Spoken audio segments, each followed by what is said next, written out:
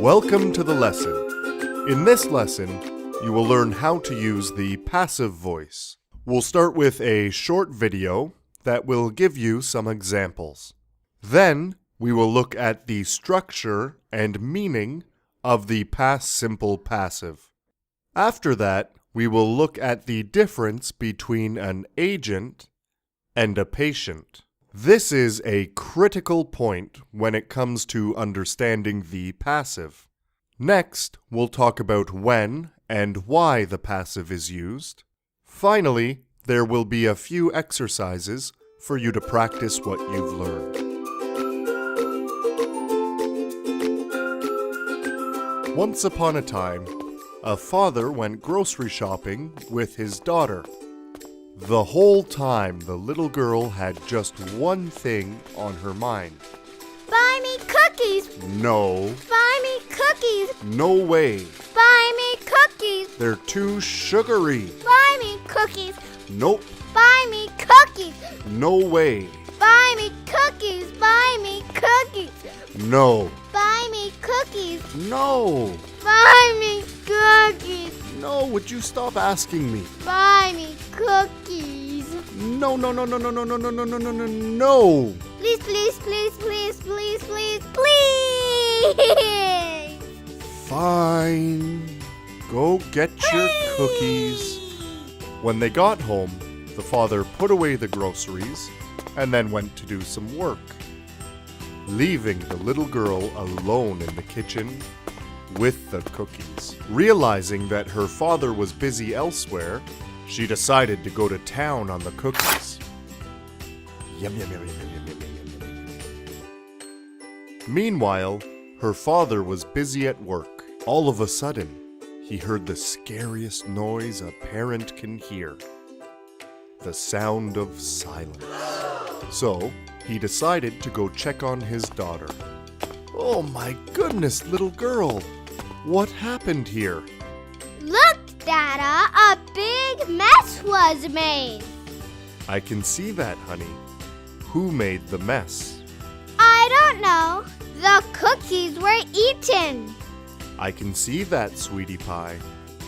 Who ate the cookies? I don't know. And why are there cookie crumbs on your face? I don't know.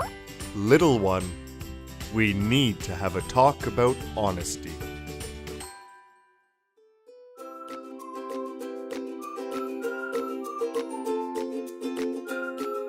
Wasn't she a cute little girl? A cutie and a master of grammar. She said, the cookies were eaten. This is a perfect example of the past simple passive. Our first step on the journey to understanding the passive voice will be to look at the verb phrase. The verb phrase has two verbs, were and eaten. When using the passive voice, you must add the verb be before the main verb. Be is an auxiliary verb. The main verb takes the past participle form.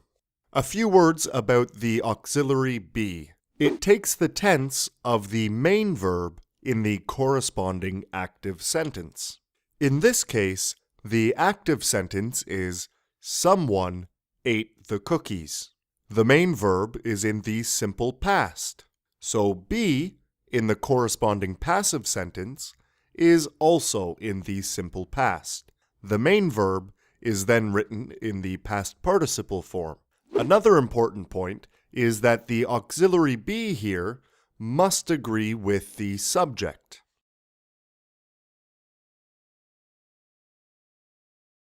For example, you should say, I was eaten. I know what you're thinking. And yes, the dead are walking. You were eaten. He was eaten. She was eaten. It was eaten. We were eaten. And they were eaten. So, that's what we do with the verb. But wait a minute. What about the nouns? Before we consider what to do with the nouns, let's review the example. The cookies were eaten. Who ate the cookies? I don't know. There are two ways to describe the nouns in this sentence. You will be shown both. The first way to talk about the nouns is to describe their sentence roles. In the sentence, someone ate the cookie, someone is the subject, ate is the verb, and the cookies is the object. The second way to talk about them is to describe their case roles. Case roles describe the relationships that the nouns have to the action of the verb. In this sentence, the case role of someone is called the agent because someone does the action of the verb. Who ate the cookie? Someone. The cookie is described as the patient. The patient is the person or thing that has the verb done to it. For example, what was eaten? The cookies. Notice that in an active sentence, the subject is the agent. Actually, this is the definition of an active sentence. Now, let's look at the passive version of this sentence. The cookies were eaten. In this sentence, the cookies is the subject. It is also the patient. What was eaten? The cookies, right? Actually, this is the definition of a passive sentence. A passive sentence is one in which the subject is the patient. But what about the agent? If you wish to show the agent, you must use what is called an agentive by phrase. For example, the cookies were eaten by someone. How mysterious, eh? So here we have by plus the agent. Once more, this is called an agentive by phrase. Why is the passive used? Well, why did the little girl use the passive? It was because she wanted to avoid telling her father who had actually eaten the cookies. So, she wanted to avoid naming the agent. Not wanting to say who or what the agent is actually the reason why people use the passive. There are a few reasons why people avoid saying the agent. A speaker may do this for several reasons. Most commonly, this is done when the agent is unknown. It may also be done because the agent is obvious or less important than the patient. Finally, it is sometimes used to be polite. That is, to avoid blaming someone for a negative action. On to unknown agents. The most common type of unknown agent, if he or she is good at what they do, is the criminal. For this reason, the passive is often used by police and lawyers. For example, a policeman might say, "A house was broken into. The window was smashed. Some valuables were stolen. A lot of jewelry was taken." An example of an obvious agent is a natural disaster. When one happens, people know. For example, after a tornado, people may say, 3 houses were destroyed. The roof was ripped off each one. 3 cars were flipped over. When something is created by a culture or people, the artifact of that culture may be more interesting than the actual culture. That is, a speaker may wish to make it the topic of their sentence. For example, someone might say, "Beer was invented in Egypt," or "Chocolate was first grown in Mexico." Finally, "Sushi was created in Japan." すごい! Uh-oh.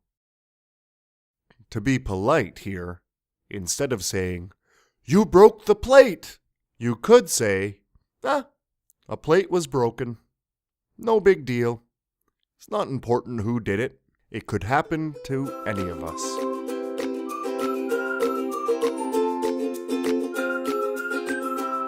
All right, here's the first exercise. Identify the case roles of the nouns in the following sentences. The answers will be revealed after the timer has counted down.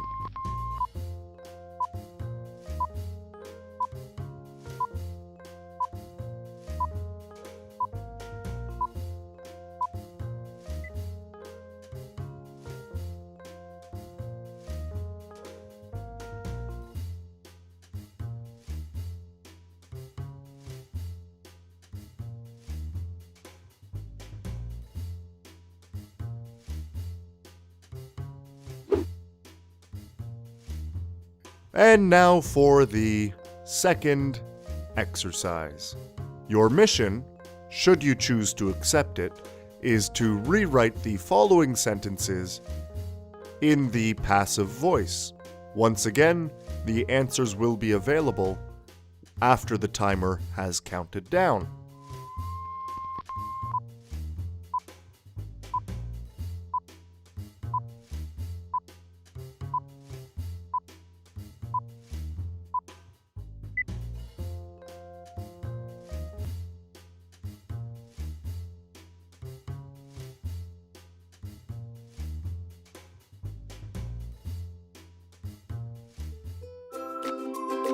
Well, that's it for this lesson. I hope you've learned a lot. Have a great day.